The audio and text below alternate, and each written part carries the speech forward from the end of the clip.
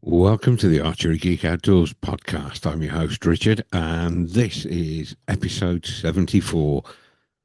This episode is brought to you by your favourite cereal waffle and me, and the letters J and D, particularly JD Honey, kindly provided by the one, the only Big Jake Wallington at the Bow Hunters weekend a couple of weekends ago. Mr. Wallington, thank you, sir. A legend as always. Now, while we're talking about Jake, and before we get going fully into this episode, uh, the supercast at the end of June. Oh, can't you tell I've been on the JD already? Fingers crossed, everything's going ahead. The event's being set up on Facebook. I think there's going to be 10 or 12 guests there that I know to so far. Uh, it's been hosted by the amazing Alex George of Hybrid Archery. I mean, we're going to have archery, possibly crossbows, air rifles, knife throwing, axe throwing, have the fire toys out, some barbecuing, and then on the Saturday evening, we are going to record the most epic podcast in the history of podcasting. Hopefully, there'll be a little bit of chaos going on.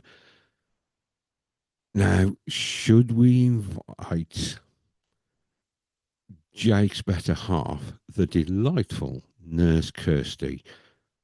For those of you who've listened to the episode that we recorded, one of Hybrid's Weekenders, that alcohol fueled chaos, and it was chaos. It was hilarious to record. Will know that the biggest comedy bombs were dropped by Jake's other half, Kirsty, and they had us in stitches. So, my question to you, good folks, is if the delightful Nurse Kirsty is available, should she come along with Jake? Let me know what you think. You can get hold of me at archerygeekoutdoors@gmail.com or save me listing all the socials. Just Google Archery Geek Outdoors. All the socials will come up there. Drop me a message on there and let me know. Should Nurse Kirsty come and drop some more nuclear-sized comedy bombs for us? Right. Like I say, I've got to say a huge thank you to Alex for hosting this. I can't thank him enough. I am so looking forward to getting this going. You know, a weekend around amazing people doing fun stuff and recording a podcast as well. The excited doesn't even come close to this. Right, the next thank you is to you lovely people out there in Internetville. 73 episodes in, and we've just smashed through 13,000 downloads. Now, I know in the grand scheme of podcasting, 13,000 downloads isn't a lot, but for me, an ordinary blue collar guy with no particular discernible skills in archery or losing weight or getting fit, folks, it means so much to me, and I cannot thank you enough for every last one of you that's listened and all the episodes you've listened to. From the bottom of my heart, thank you. And hang on, let me just make sure I'm recording here. Because you know what I'm like. Yes, that's recording. They're both recording.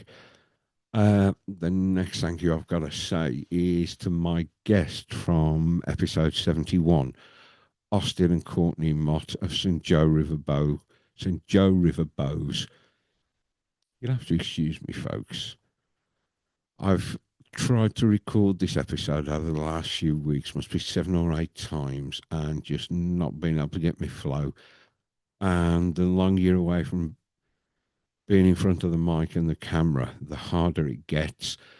I tried writing notes, I tried writing a script, and some people can work fantastically well from notes and scripts.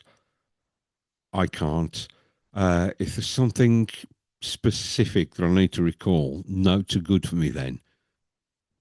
But I find that I tend to go best when I just hit record and wing it and see where we go.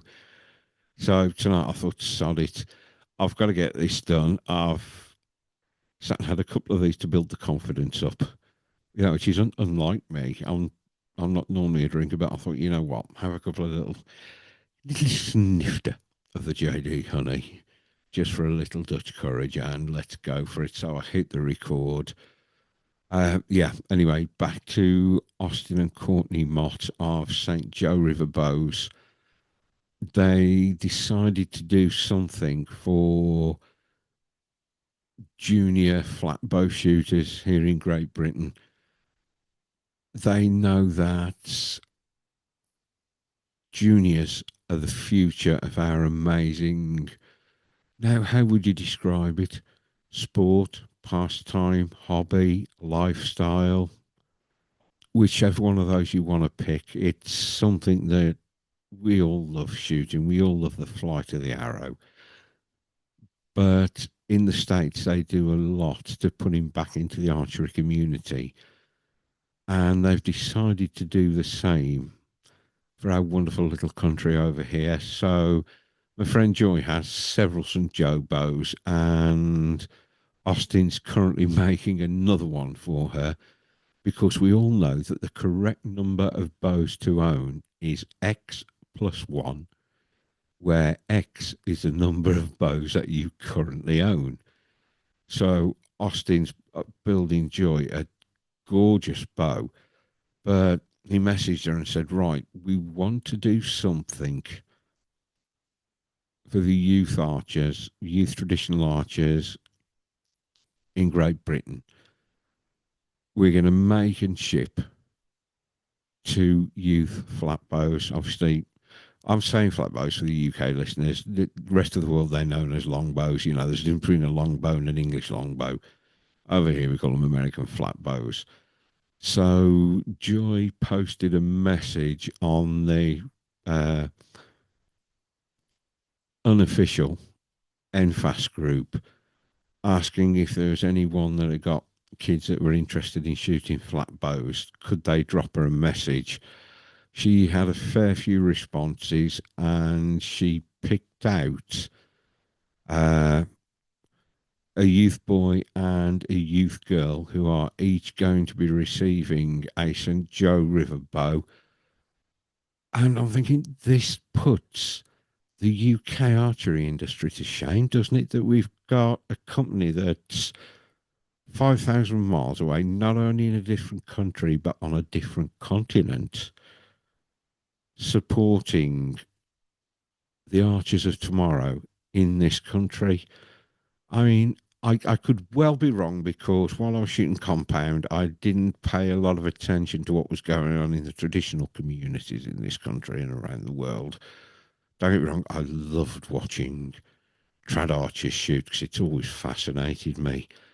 But I didn't pay a lot of attention to what was going on. And if I'm wrong, correct me by all means. I stand to be corrected. But I personally haven't heard of any bowyers in this country saying, right, we know the future of what we love is in the youth of today. They become the adult shooters of tomorrow.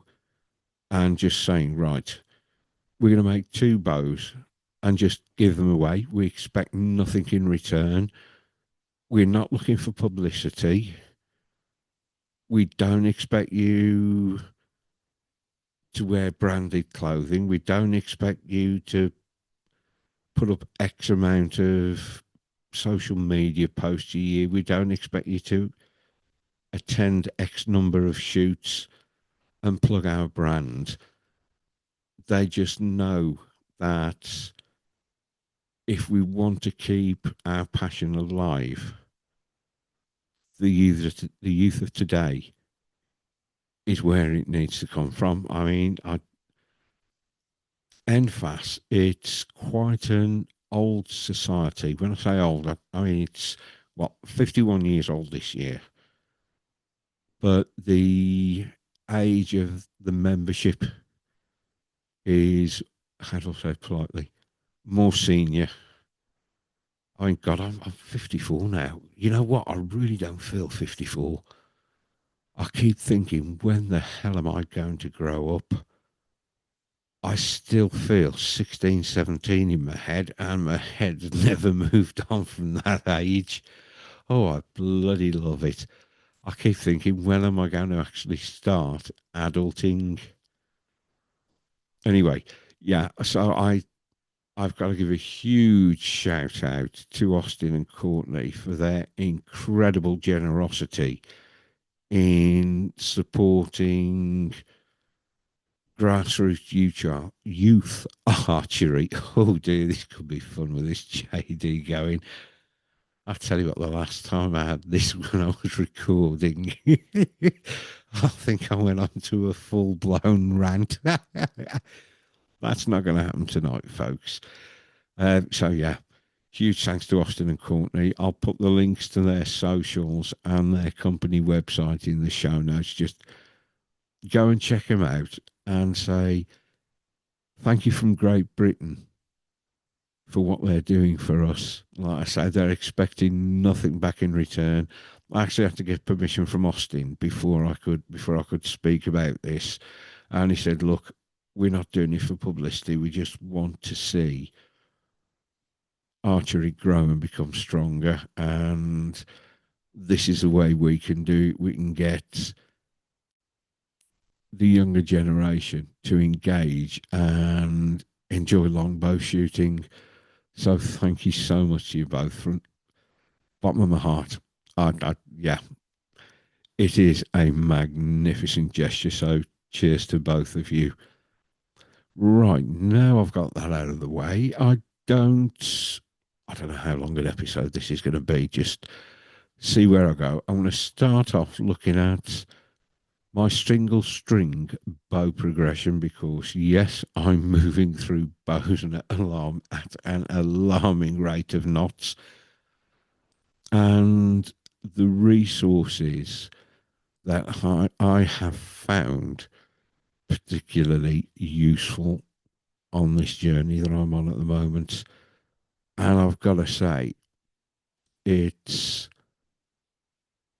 frustrating at times. I am wanting to scream the way things are going, sometimes with joy, sometimes with anger, sometimes with frustration.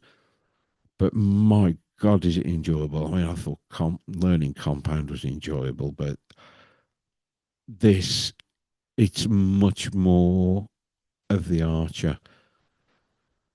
Looking at it, I think compound can be a lot more forgiving than a single stringer because that is effectively a shooting machine.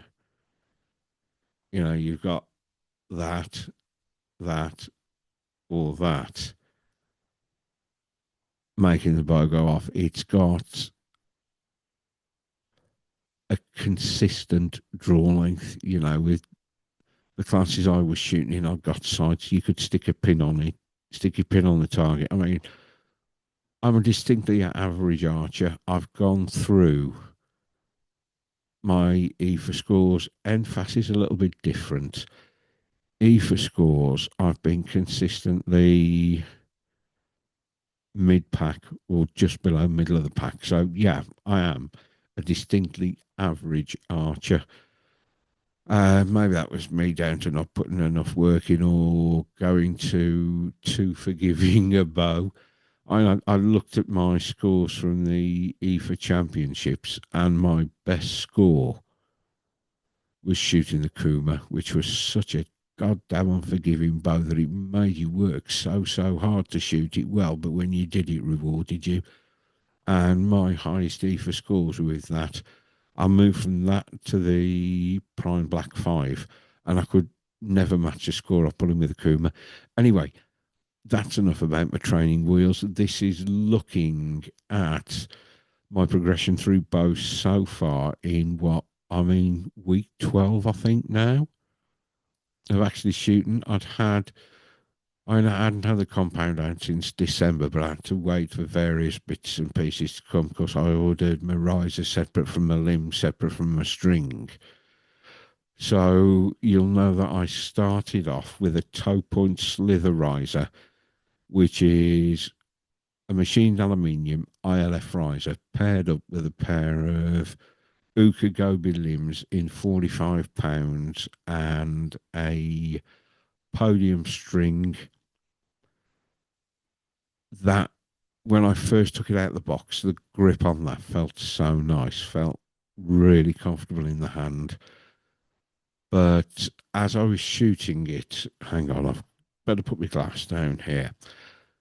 The grip, and if you're listening to this on one of the audio platforms, here's a good excuse to nip over to YouTube.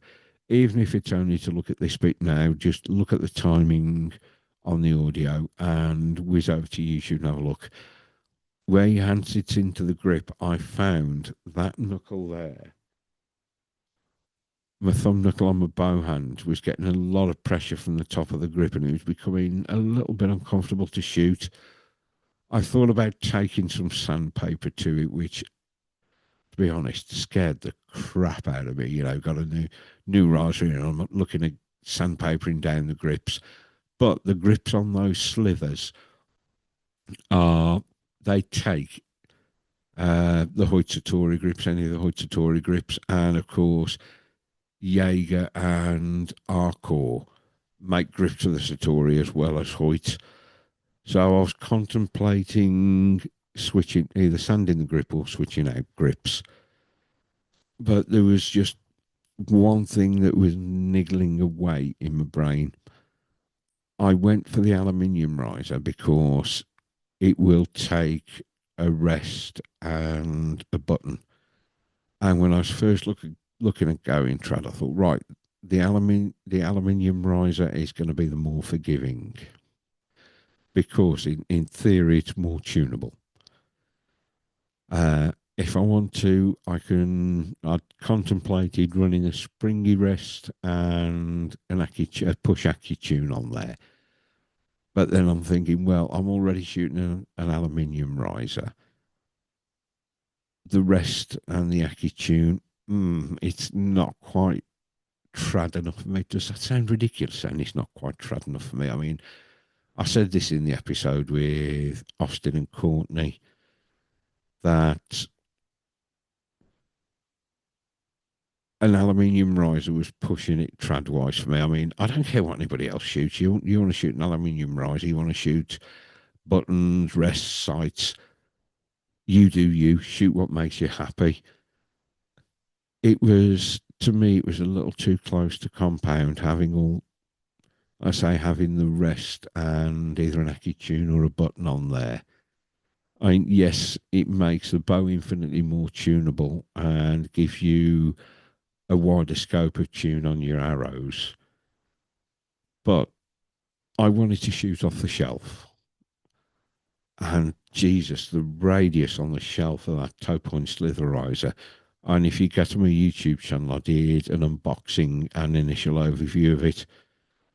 And that's a beautifully radius shelf. It's similar to the Black Hunter. Now, when they originally came out, the slither risers, they came with a Hoyt, the Satori striker plate and shims. When I ordered mine, they weren't coming with them. So I had to order that separately. And in the end, I was going to order it from Rocky Mountain Specialty Gear in the States. $10 for the Hoyt striker plate and shims. So put the order in, got to the shipping, and it was $42 shipping. I'm thinking, Christ, any of you know these Hoitsutori strike plates? They're tiny, minuscule. You know, they'll fit in a dealer bag. I thought, Christ, I can't pay 10 quid for that and then 42 quid for shipping. But they're the only ones that got in stock. So I thought, right, let's speak to Merlin. And when I first spoke to him, I said to the guy, I'm after a Hoyt Satori strike plate. He's like, what kind of bow's a Satori? I'm like, oh, shit.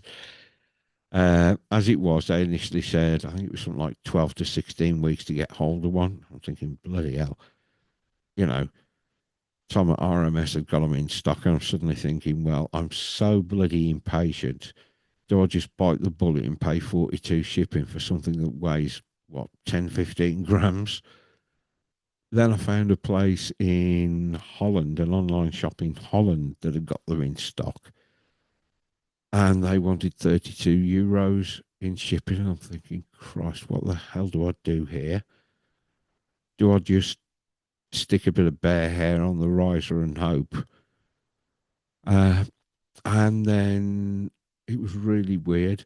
When I'd phoned Merlin about them, I'd I'd not given them shit. Sorry, folks, hang on. Let's just That's better. I think I moved and hoofed the camera.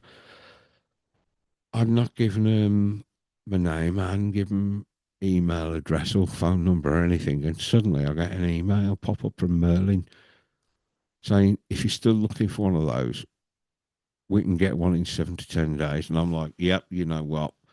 That'll do. I mean, it was $10 from the States, 18 quid to buy it from Merlin. But I thought, you know what? I can go and pick it up. So I said, yep, get that, please. Found them, paid for it, and sure enough, it was there 7 to 10 days. Like I say, I started shooting that with my Uka limbs. Uh, God, the point on with that thing was fucking ridiculous. It got to be over 50 yards. I mean, I anchor up here. Again, if you listen on the audio, make a note of the time and jump over to YouTube and have a look. My index finger is along the bottom of my cheekbone there. And even anchoring that high, my point on with that was, I say it was over 50 yards, but it never felt quite trad enough. And then I was talking to Simon's brother Paul, who's just gone from shooting recurve over to shooting compound unlimited. And he said, well, I'll tell you what, he said, I've got a white feather lark riser at home, 19-inch wooden ILF riser, because by this point I got a real hankering for a wooden ILF riser. I'm thinking, that's more trad. How crazy does that sound? That's more trad.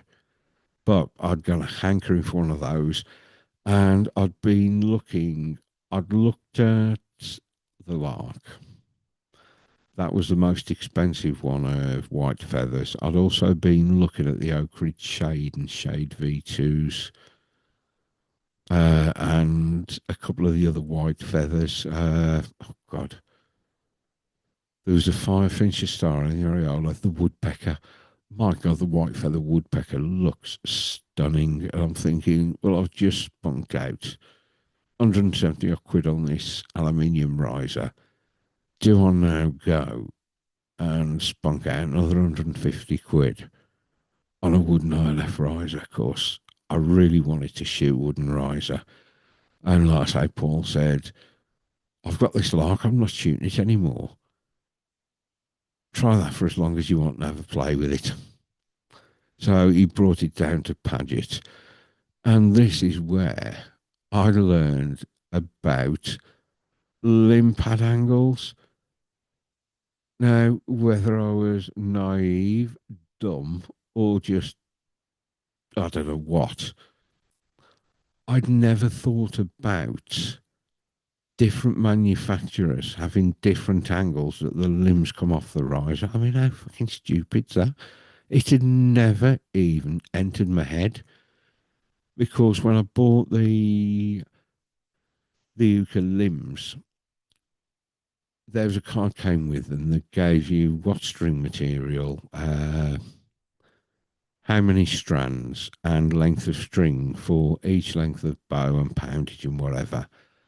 And for £45, 62-inch bow, they recommended 18 strands of 81.25 and a bowstring length of 1500 millimeters, which I think works out to about 59 inches. Now, with everything I'd read, bear in mind I know sod all about trad bows, with everything I'd read, the general consensus was that with long bows, your string is 3 inches shorter than the AMO length of your bow, and with recurves, it is 4 inches shorter. But when I did the conversion, I think it came out about 59 inches. I'm thinking, well, this is only 3 inches shorter than the bow, which goes against what I've read. Shows what Rin does here at times, doesn't it? Anyway, apparently it turned out that this length is when those risers are paired with one of when those limbs are paired with one of Uka's own risers. I didn't know this at the time, so I ordered the string to the length, and if you listen to the other episodes, you'll hear my opinions on this string. Let's just say I'm less than impressed. It's elongated like Pinocchio's bloody nose. Anyway, I put it on, and lo and behold,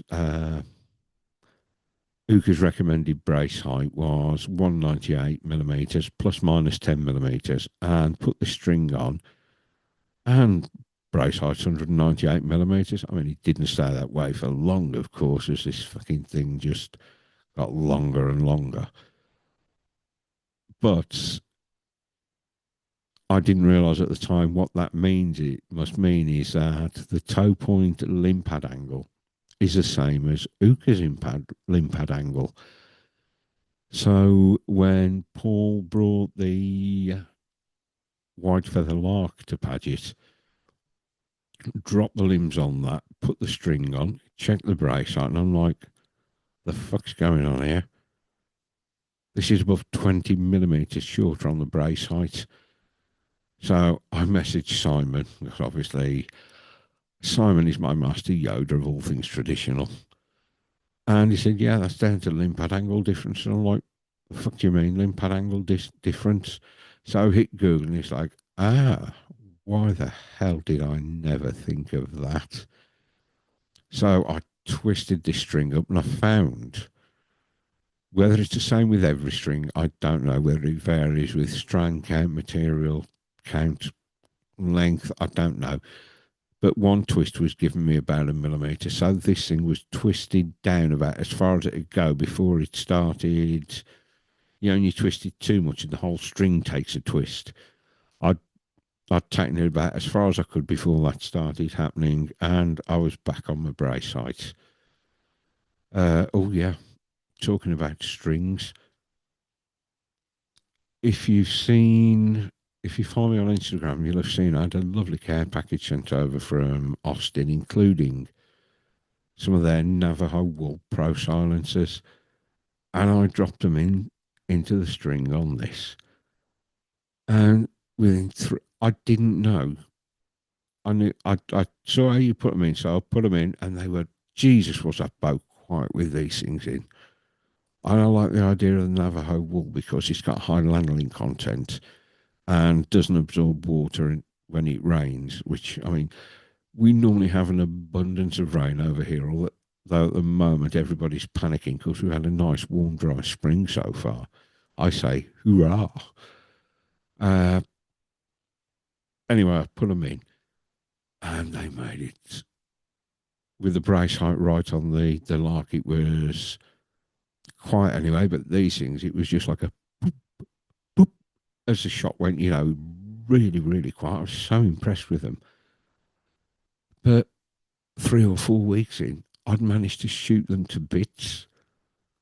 And talking to Austin, I asked him about this. And he said, it's no, sorry, they didn't go on that. They went on the toe point because there weren't as many twists in the string when it was on the toe point. And he said, yeah, if there's not enough twist in the string, it can destroy string silencers. And then I was having a conversation with Anthony about it because he's getting as deep and dark into the trad life as I am. Uh, he said, Arthur had to explain to him, if you haven't got enough twist in your string, you'll blow your silencers apart. So there's stuff that goes on with single string bows. It absolutely twists my head. It to me it seems more complicated than compound. I know it takes a bit of head wobbling to get your head around the idea of shimming cams and all that kind of stuff and adjusting timing. But I thought single string was going to be simpler, and it's not. I mean, Maddie teaching me about brace height tuning, the difference that makes. I could go so far down that rabbit hole. But I noticed that just putting a couple of twists in at a time, you can hear the difference in sound when the shot releases. And it wasn't until Maddie explained it and how the string moves during a shot that the brace height. When you hear people say brace height tuning to get perfect arrow flight and cure knock lefts and knock rights, they say it's all to do with the poundage. Tradlab, Cody Greenwood. I think this is where Maddie learned all this from because she's got the precision tuning for the Die Hard Bow Hunter, which is a course I must get at some point. Although at the moment, uh, my infinitely better half's car got written off by a DP driver treating a DPD driver coming into a car park like he was Fernando Alonso, going far too fast on the wrong side of the road. So I had to go out and buy a new car. So that's curtailed the finances a little. Oh, how fun. Uh, yeah, it's not the poundage it's altering enough really to impact spine the way I understand it. I could be wrong. If I am wrong, just let me know and I will stand corrected. My ego got left behind long ago on this gig. Uh, it's where the string's moving through a little U shape it does as it comes to brace as to whether the arrow comes off knock left, knock right, or dead straight. I'm listening to Clay Anderson on, was it episode 335 of The Push? What an episode. And I'll tell you what, Clace, I would love to get him on here to talk longbows. And when you say why longbows, we'll get to that in a bit. He said he found 1 or 2 millimeters difference. Most people are talking like eighth of an inch. He's talking 1 millimeter. The difference that can make on your arrow flight, he said, it can make a huge difference. And oh my lordy, this is a rabbit hole to go down. This is, but my God, what an enjoyable rabbit hole. Hang on, I'm just going to have a look how long I've been waffling on it. Jesus, I've been going on over half an hour already. Ah, my lordy. Hopefully, I won't keep this so long it bores the arse off you. Anyway, yeah, I'd love to sit and talk to Klaus because towards Christmas, I am going to have a play with wooden arrows. That will keep the trad sniper happy. I think in Edwards, the trad sniper and Klaus are going to be bombarded with questions from me about wooden arrows. Of course, to me, wooden arrows, they're not science, they're a dark, dark art. Yeah, you've got to be able, there's just some connection between you and the wood, I think. Choff, choff, that sounds well, doesn't it, madam? Yeah, like I say, I think there's got to be some connection between, it's organic, you got to feel it. There has to be a bond. Just, my God, I must sound like some right weird hippie. What the hell is this JD doing to me? Bear with me while I have a sip, folks.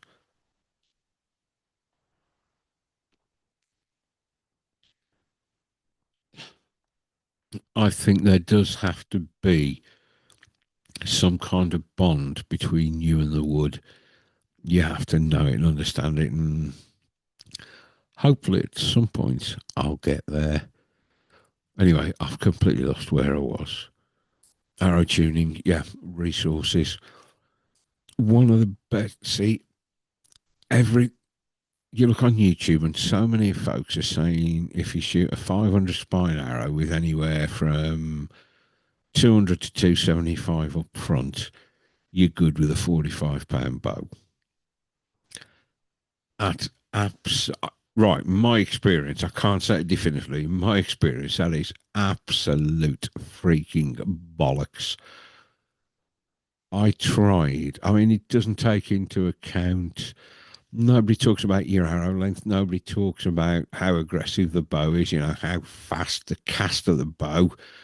And this is something that's well known in compound circles that you don't, I hadn't heard a lot of mention of in trad circles.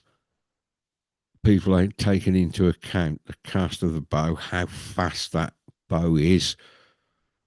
I mean, for years, the most basic Eastern spine charts years ago had you got a soft, medium, or hard cam, which then became a slow, medium, or fast cam. And in compound circles, it's incredibly well known that the speedier bow directly impacts the spine of arrow required.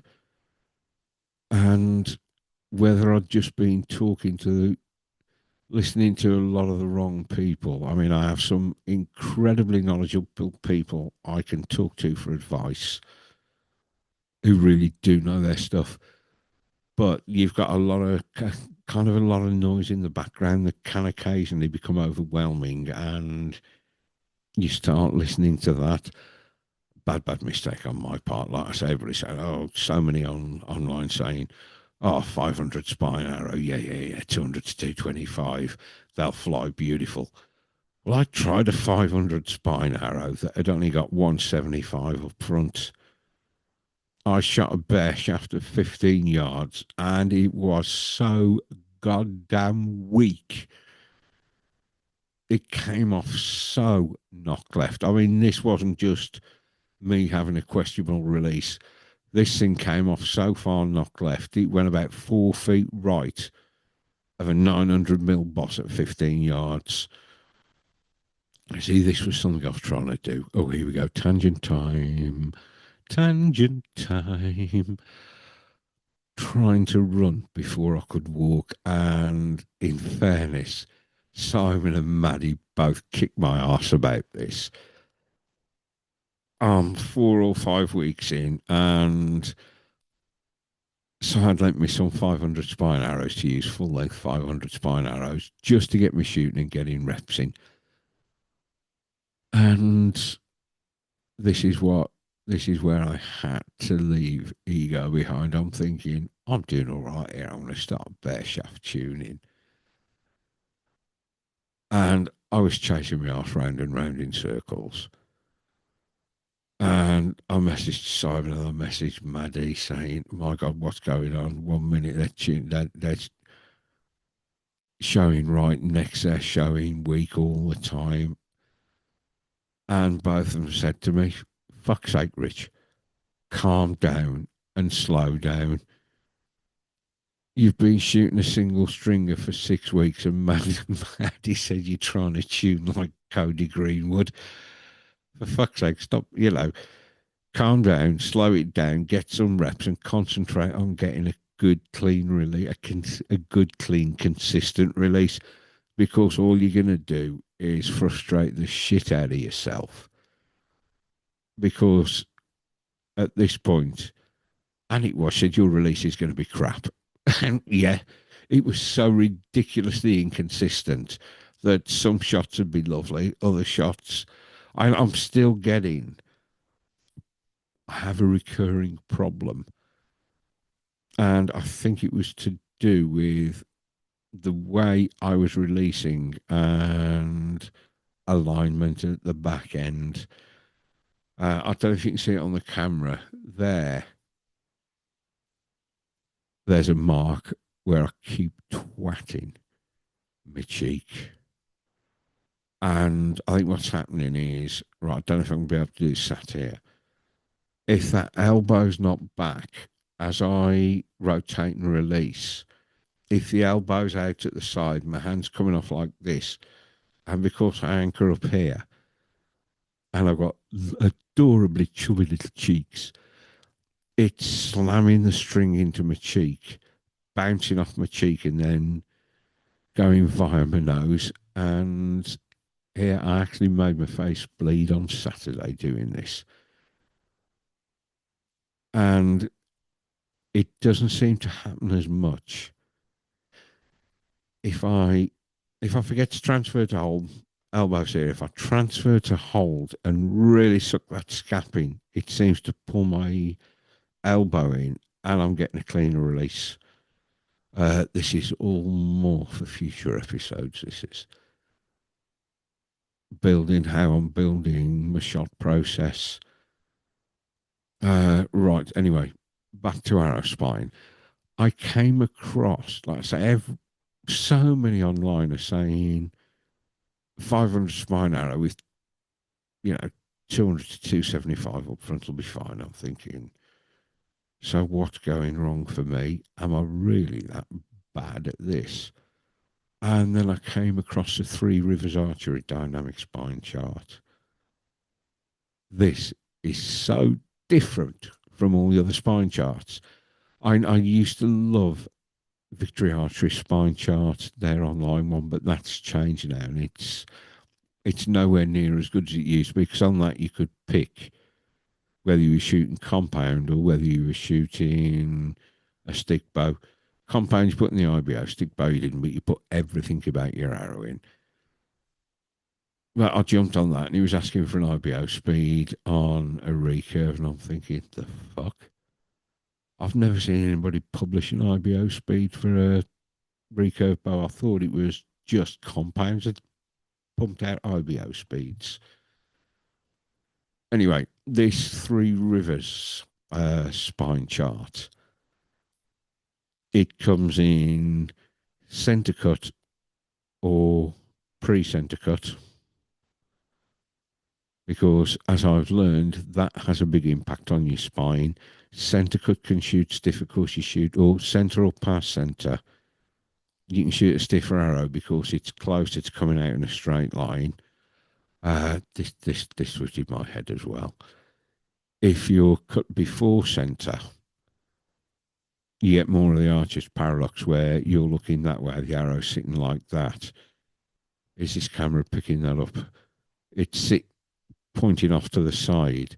So apparently you need a weaker spine to get the right amount of flex to bring it back in line with the string once it's shot round the bow. Oh, this got so complicated for me. I mean, looking now, it's when as I start to understand more, yeah, it makes sense, and it's simpler and more logical now to me. But at the start, like it was, I'm getting all this information and I'm going into like mental overload. Where was I?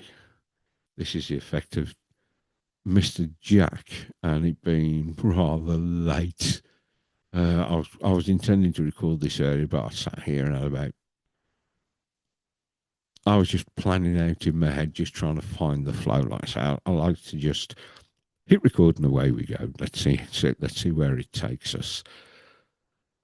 Damn, yeah.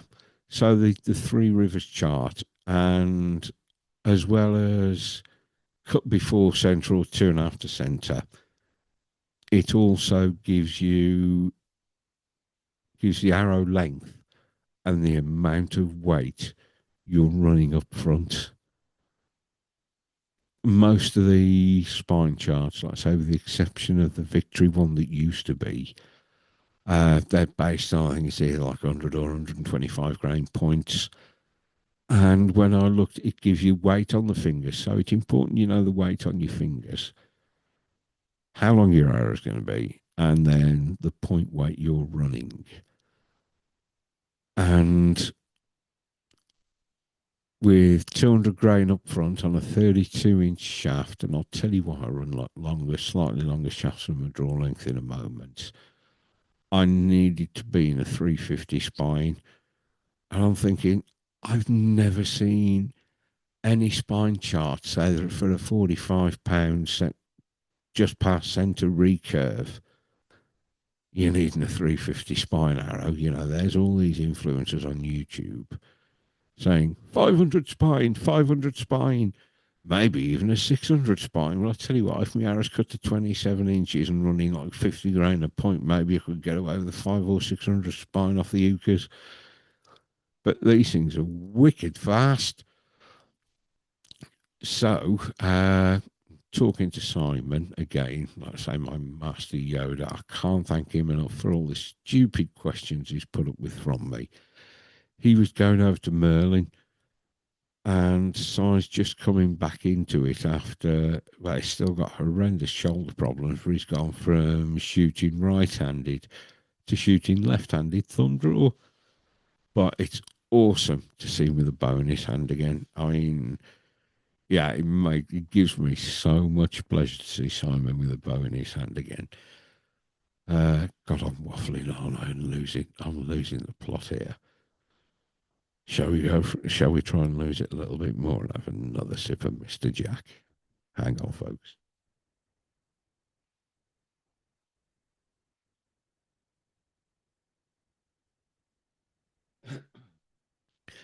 See, this isn't too bad. If you're watching on YouTube, of course, you can see me taking a sip.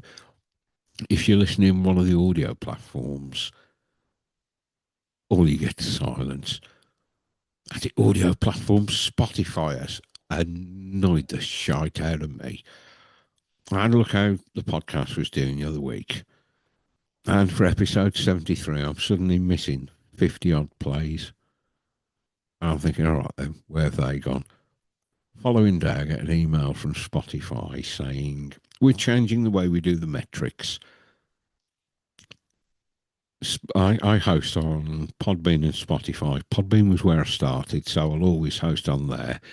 That distributes to certain sites. And then Spotify distributes everywhere else, including Amazon, Audible, Apple Podcasts, all that malarkey. And as well as giving you a total number of downloads, it'll give you your number of impressions and it'll give you your plays per episode across all platforms that it hosted on. They've now changed that to it does give you a global total across all platforms as an overall view, but per episode, it's now only showing you plays through Spotify. It's not showing you what comes across all the other platforms, and that's frustrating as hell. Anyway, where was I? Yeah, we're talking about Three Rivers. No, Side said he was going across the Merlin, and he thought as testers, 400s and 350s. Now, before I'd shot that bear shaft, I'd have said 400s and 350s. This is crazy, but no, no, no. I'm now convinced, and it was Simon that first put me on to higher FOC, more point weight. And then, of course, I found the Ranch Fairy, which was like, oh, yeah, Mr. Fowler, we love you. Uh, anyway, uh, said 350s, 400s. I think they could work for both of us, me and him. So we decided to split the cost of a dozen 400s and a dozen 350s. We'd have half a dozen of each spine each and have a play.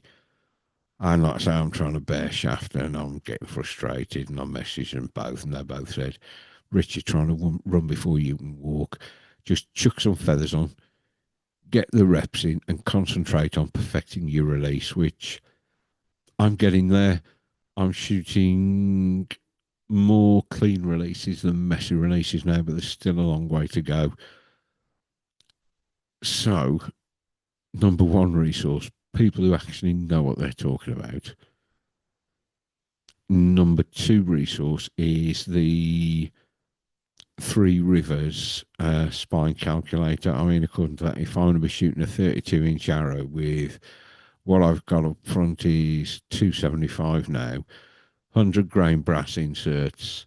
I think they were at AliExpress's finest, and I think I've got just over a grain difference. I ordered a dozen and they sent 16. I got 1600 grain brass inserts for the 6.2 internal diameter arrows for £8 odd. That is ridiculously good value. You have no excuse not to fuck around with as many different point insert weights. I think when I got a dozen 50 grainers, I think they were about a tenner. But I got 1,600 grainers for £8.52 or something ridiculous like that. I'm a feathers. AliExpress again. Anybody who's listened to this podcast for a while knows, compound wise, I'm a boning fanboy.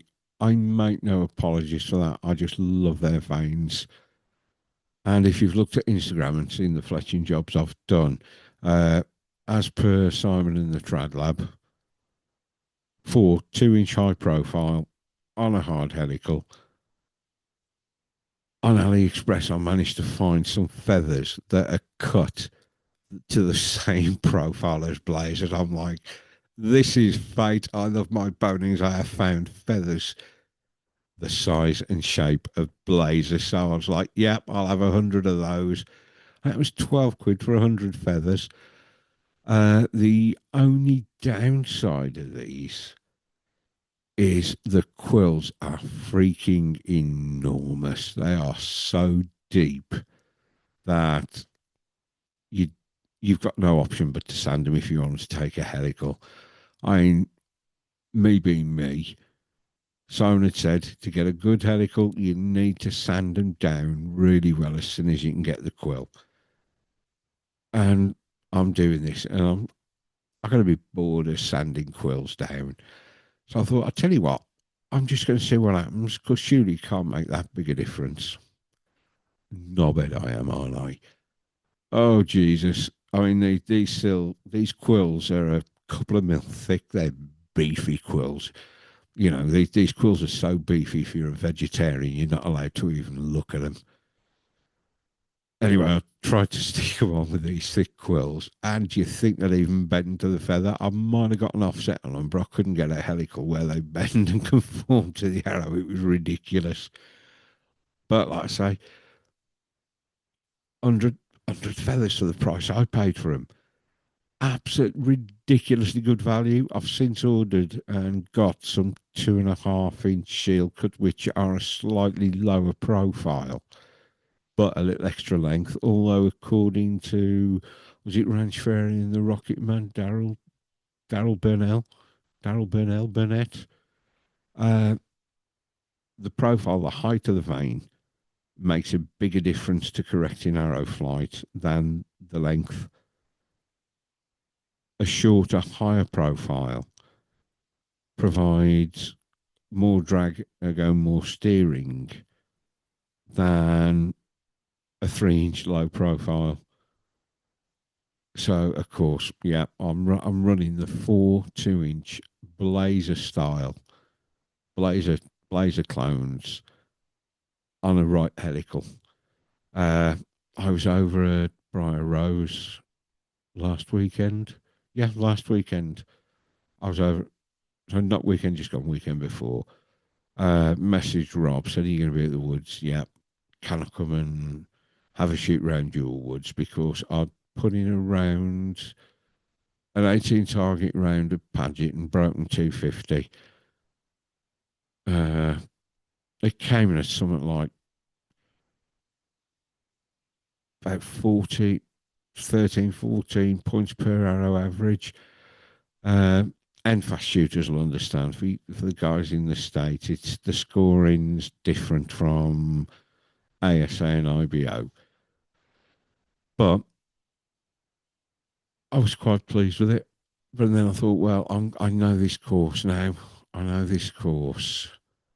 I need to shoot somewhere else with a tougher course. And I thought, Briar, Briar Rose, lay wonderfully challenging courses, very technical, and they make fantastic use of undergrowth to mass distances of targets. You've heard me say before, they can make 20 yards look like 50, and they can make 60 yards look like 20.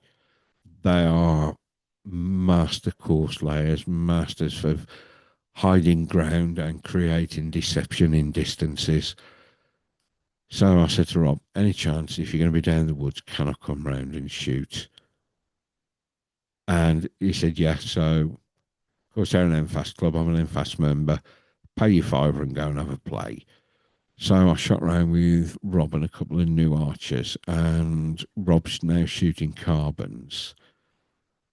And I was on about his feathers and said, why long feathers? I said, I've got these little 2 inch blazer profile and they steer the arrows well. And I think he was a little bit dubious, but a couple of targets and he could see these these steer the arrows well. Damn, I was on about bow progression, wasn't I? Said they steer these remarkably well despite them being stiff for the bow I'm shooting now. Yes, there has a third bow crept into the equation now. I like ILF recurves, but Tradbo wise, the thing that has I've always found most appealing. God, you'll have to excuse me. I think I'm getting eyes like piss holes in the snow now. They're feeling really dry and gritty. But hang on, what time am I? Damn, it's 11:30. I'm normally in bed by now. And how long have I been going for? Almost an hour. God damn it. I keep, you know what? I keep kicking this camera. Let me just, that's a little better. Oh, let me sit up. I'm just going to have a quick drag on the vape, folks.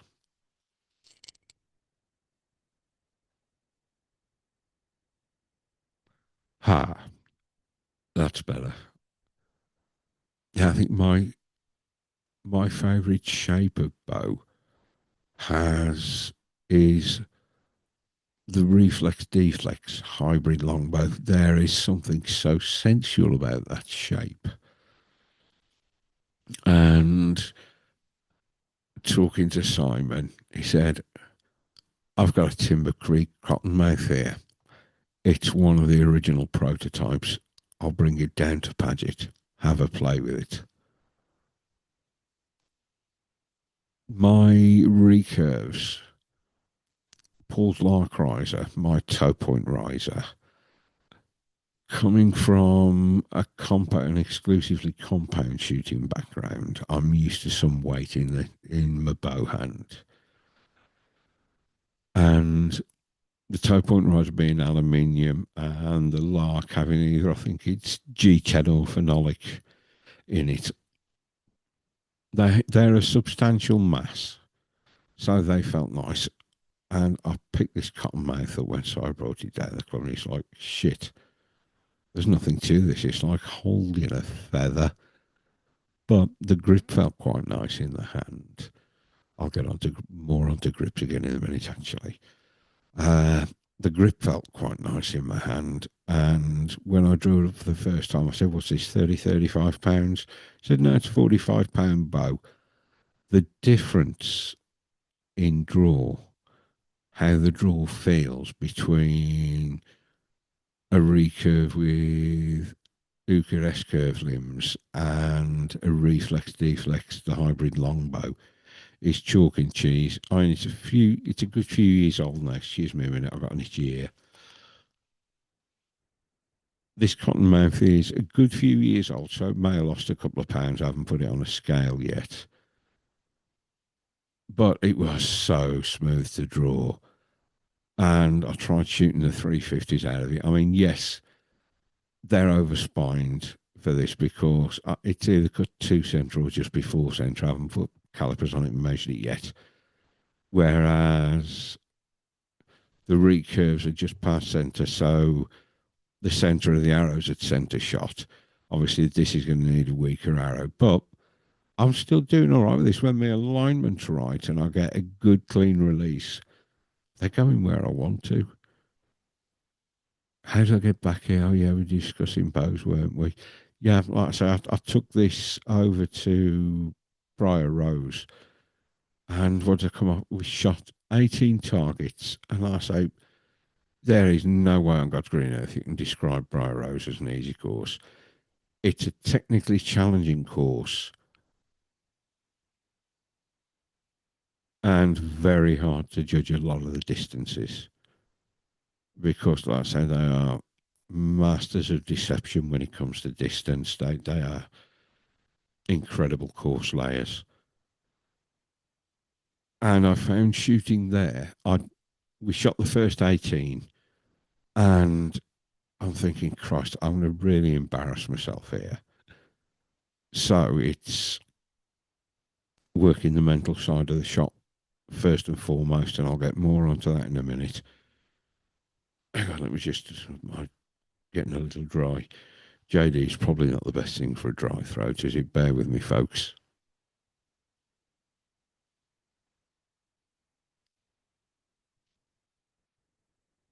That does hit the spot, though. I was really not wanting to embarrass myself in front of Rob. Like I say, that'd have been what, 11 weeks in. And I'll come on more about the mental side in a minute with the final resource I'm using at the moment. And to me, this final resource it's a game changer. That the term game changer is bandied around so much in archery. And I reckon 99% from my experience, 90, and it is limited experience. You know, if you think I'm talking bullshit, call me out for talking bullshit. I really don't mind. I've got no ego when it comes to this. This is just what you have to remember is I'm no expert in anything. This is purely anecdotal from what I've found out. So please don't assume I know what I'm talking about because I really don't. All I've got is my own anecdotal evidence. I've forgotten where I was now. God damn. Because it's tired. I've had a little bit of JD. Where was I? You lovely people. Where was I? Yeah, over at Briar. And I didn't, I wanted to put up a reasonable showing for myself. And I'm thinking the only thing I can hope for today is not to blank too many targets. I was convinced I was going to blank a couple, like I say, because I'm still so new to this. I was shooting a bow where the arrows was too stiff for it. Although those feathers don't half make a massive correction, those little blazer clones. And I'm shooting in front of Rob, and Rob's such a damn good archer, such a good archer that it really puts the pressure on. But this is what I need to do. I need to have pressure piled on. And it forces me, like I say, we'll get onto the mental part in a minute. So I was working my shot. I had a few third arrows. I had a fair few second arrows, but I also hit a fair few with first arrows as well at those 18 targets. And I came in with 256. I say, considering I am a complete and utter newbie at single string, and it is so different from shooting a compound. Some people may not find it different. I find it incredibly different. I find it exciting. I find it nerve wracking. I find it intimidating. All of the above, but incredibly enjoyable. I managed to go around 18 targets without blanking a single target. Uh, I'm working on gap shooting. I haven't shot my gaps yet because I've got to get an arrow build that works for the cottonmouth. At the moment, I mean, they're 350 spine arrows, so they are too stiff. I reckon a 400 would work with these. A 32-inch carbon. I think I've got the 350s cut to 31, so I'll try 400 to 31. Like I say, these 100 grain brass inserts. That's what I didn't say. They were all within about a grain of each other. So these are 50 pence an insert and within a grain of each other. I was blown away by the consistency of these inserts. So that's 100 grain of brass and 100 grain, sorry, 175 grain uh, bare porcelain line points because they're a 932nd. Now the arrows are, I think it's 7.9 or 8 grains per inch, so that's a lightweight shaft. And I'm running 275 grain up front. I weighed those blazer clone feathers and they're 1.6 grains per feather. I've got four of them on, so that's 6.4 grains for four feathers. That's ridiculously good, isn't it? Uh, Blazers are 6 grains per vein. So it's like you buy one, you get three free. I'm running a 4-inch wrap on them. And like I say, 175 grain up front, 31-inch carbon to carbon with an Eastern Microlite Super Knock. And I'm running a total arrow weight on those. We'll call it 540 because they're 538 grains. And I haven't measured the FOC yet. But Jesus Christ, is it? It's going to be a good FOC. So with 400s, I'm thinking, do I run the same kind of weight up front? I may get away with the 500 off the cottonmouth if I cut it down to, say, 30 inches and run standard insert, which is 11, 12 grains and maybe 100 grain point up front.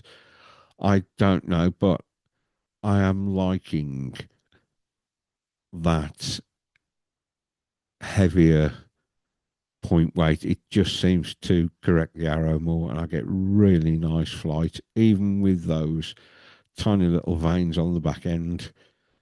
And yeah, they've really impressed me. So I'll never play with a half dozen 400 spine and see what I can do with those. See if I can get a tune now because I'm getting a more consistent release. In a couple of weeks, I should be half decent for a bear shaft tune, and I can now feel the difference between a decent release and a plucked release because when I pluck the release, I take chunks out my adorably chubby cheeks and skim my nose. Oops, excuse me, folks. Right, final resource. The Shot IQ course, Joel's course. I attempted to go all the way through it. I thought, right, going all the way through it, things aren't sinking in. So I'm going to go through a section at a time, pick out bits that really stand out to me, that I think are my weakest points at the moment, and work on those.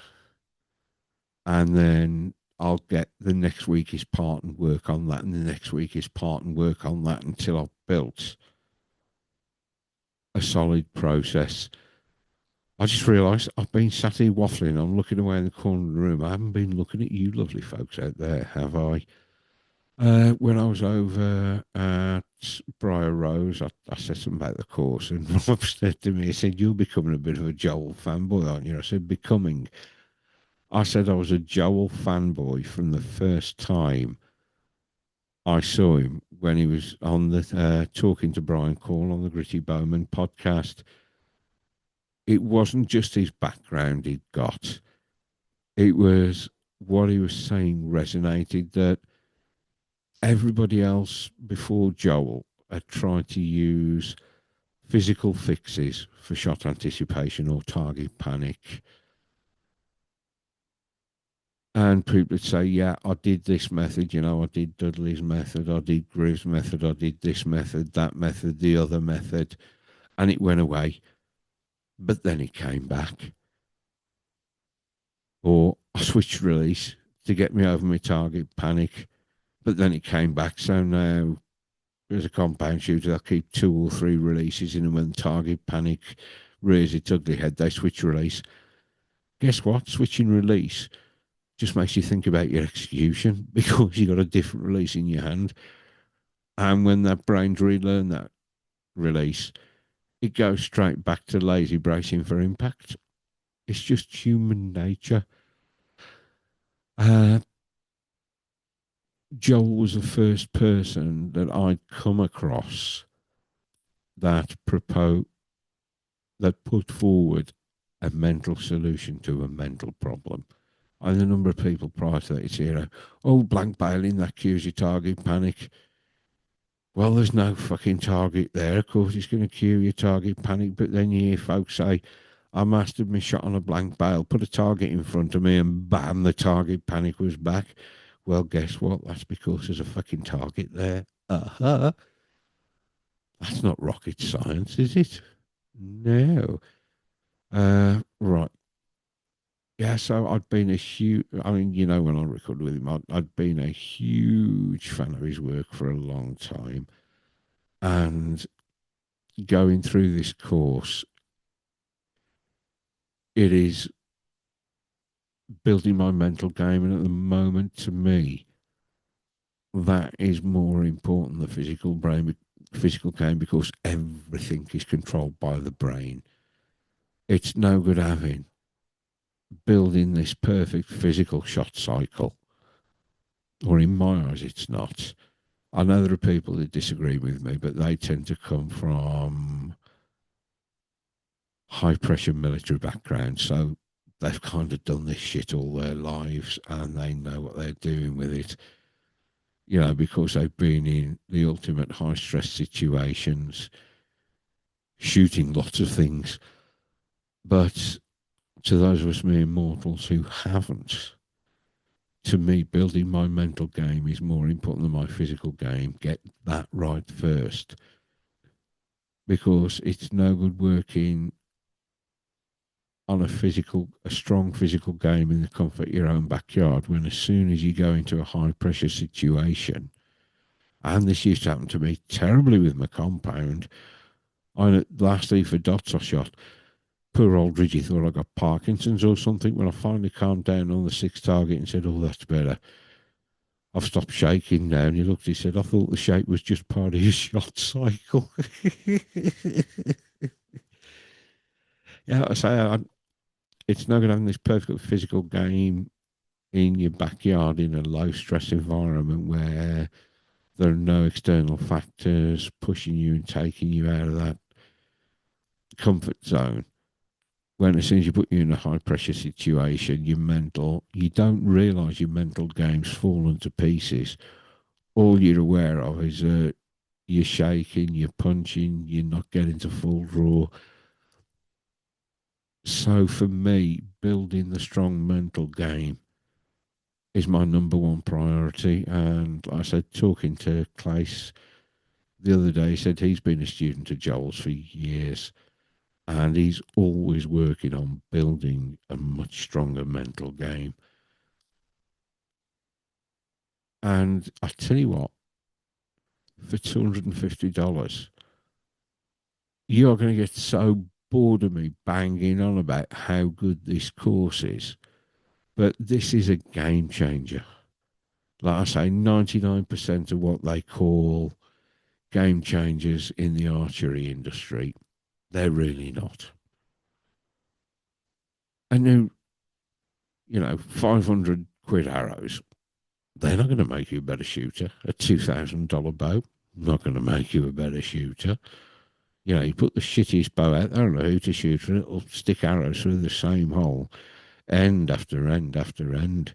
It's this soggy bit behind the bow and the even soggier bit between the ears. It's a problem. And like I say, shoot, Rob said, you're becoming a fanboy. I said, no, mate, I've been a committed fanboy for years now. The course helped me there. Excuse me. Not so much with the physical side, but just with calming the nerves. I know at the Bowens this weekend, I've been working on this mental game, and I had a really, really good 5 arrow end where I stayed so present in my shot. And at the end of it, I thought, yes, I've fucking got this. I've nailed this mental game. The next end, I was all over the bloody shop, and I'm thinking, Rich, you haven't nailed or got this mental game at all. It's not something you nail. It's not something you get. It's something you have to work on every single shot. And it is retraining you, it's training your brain to become part of your shot sequence. Uh, how many of you, I'll tell you what, see if anybody responds to this. If I asked 100 archers to tell me the very first step of their shot sequence, I can guarantee 99 of you would tell me a physical action. 99 of you would tell me a physical step as the first step of your shot cycle. And there's the fall down. We train the physical. How many of us train the mental? And how many of us practice making decisions? I mean, this is straight out of the Joel playbook. Okay, I mean, look at earlier this year, right? I think it was the NFAA Indoor Nationals. The final was Bowden, I think it was Matthias Fullerton. And it came down to a shoot off with those two. The shoot off took 23 ends to decide a winner. That's 69 arrows on top of all the other arrows I've shot in competition. And it's two blinks first. And I watched this on YouTube. And I messaged Joel after Bodie had won. I'd seen it in Bodie had won.